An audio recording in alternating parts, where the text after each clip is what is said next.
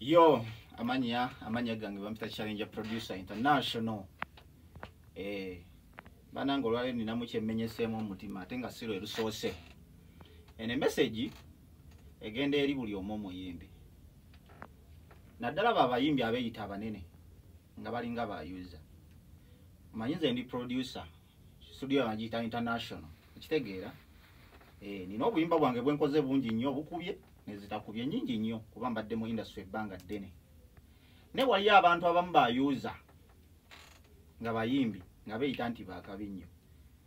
Sigenda kwogera bangi naye kanjogere ku musajja gwe bayita Lili Puzzle. Lili Puzzle oli wambwa nnyo ate oli kasajja kankwe, oli kasajja kabi.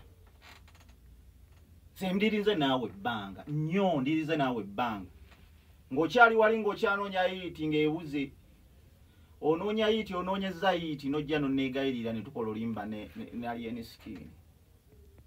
Noddamu n'opambana mpaka Katonda bwe yakuwa olwo oluyimba olwo lwayitinga. It's okay. Okuva bw'ofuna oluyimba olwo kati ate waddayo oliyuza otandise kuyuzinga abantu.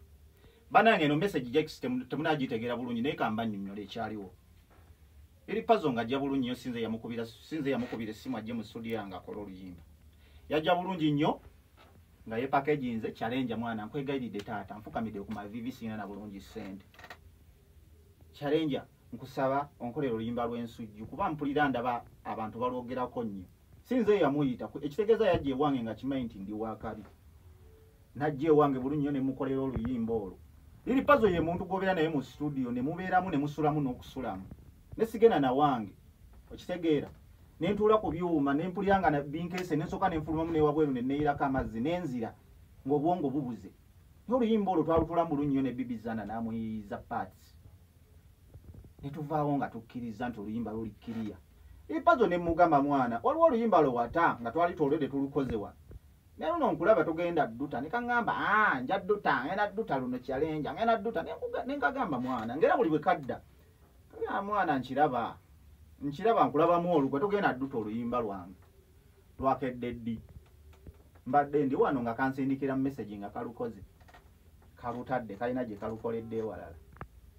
Lili Puzzle oli wambwa okitegeera yeggwa omuntu afukamira n'obobeera n'essente ng'olina obukadde butaano omuntu n'omugaa Challenge mwana ninawo just kasente n'olyoka ompa akasente konna akatono k'obeera oli naye nze just siina buzibu mba nsobola okukolera oba kitegeera naye oli wambwa ku kyokoze kyonna okutaka sasiro nga waleka wano oluyimba olwakabi mwana onyiiziza naye ekisoke kubanga tekitegeeza nti kikoma ku ggwe tukyakola hits nyingi nnyo Katonda akuwa emikisa kola oluyimba lwotadde naye njagala abantu abalaba vidiyo eno njagala muwulize ennyimba zino ebbiri.